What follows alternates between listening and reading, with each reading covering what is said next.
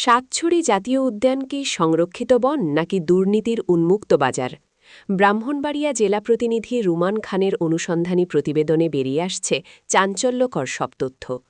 সবুজ পাহাড় আর জীববৈচিত্র্যের স্বর্গ হিসেবে পরিচিত হবিগঞ্জের সাতছড়ি জাতীয় উদ্যান এখন সিন্ডিকেটের নিরাপদ অভয়ারণ্য।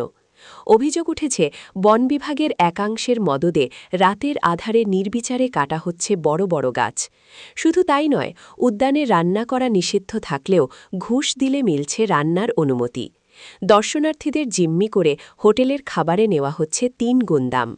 স্থানীয়দের অভিযোগ, বন বিভাগের কিছু কর্মকর্তার যোগসাজশে সাতছড়িতে গড়ে উঠেছে বিশাল গোশ বাণিজ্য কেন্দ্র।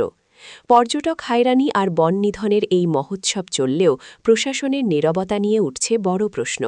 প্রকৃতির এই সম্পদ রক্ষা এবং দুর্নীতিবাজ কর্মকর্তাদের বিরুদ্ধে কঠোর আইনি ব্যবস্থা নেওয়ার দাবি জানিয়েছে সচেতন মহল।